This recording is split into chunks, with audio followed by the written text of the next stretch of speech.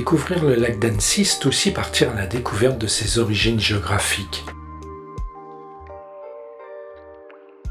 Faverges, situé dans le massif des Bauges, à 25 km d'Annecy, est le berceau des Ducrets. Le bourg s'est développé dans la plaine en dessous du contrefort du Crête de Chambellon. Le toponyme est à l'origine du patronyme familial. Vius-Faverges, les ruines de la paroisse Saint-Jean-Baptiste. Dès le XVIIe siècle, des Ducrets étaient inhumés dans le cimetière. Sur les hauteurs, le château de Faverges. Au Moyen Âge, la seigneurie inféodée au comté de Genève servait de frontière avec la Savoie.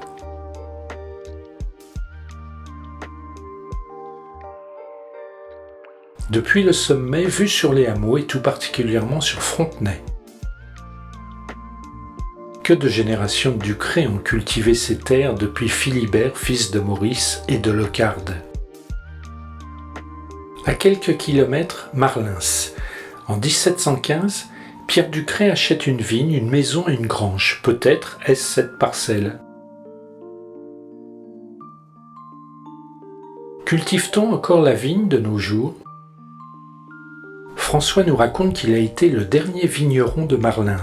Sur les coteaux, on produisait un cépage, la douce noire. Et puis il y a 5 ans, il arrache les vignes pour laisser place au pâturage. On échange, on explique, soudain une révélation, on identifie un ancêtre commun, Joseph Ducret, le frère de Philibert. François est donc un lointain cousin et pourtant si proche par cette généalogie partagée.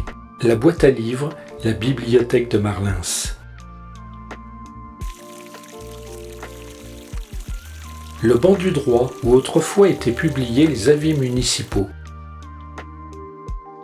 Le pressoir et le four à pain, parfois encore utilisé par les habitants. Cons-Sainte-Colombe, une autre paroisse. Y vivait Melchiotte Pergot, la mère de Simonde, qui épouse Henri Ducret le 20 janvier 1716. Sur la route du retour, le château de Duingue, une ancienne maison forte remaniée à plusieurs reprises, notamment au XVIIIe et XIXe siècle. Annecy, à l'entrée du canal du Vassé. Le pont des Amours, la passerelle permet de relier le Paquier au jardin de l'Europe. Les touristes se promènent sur les bords du Tillou. Le palais de Lille, musée aujourd'hui, une prison hier. Pause sur une terrasse, avant de repartir sur l'autre rive du lac vers Talouard puis Angon.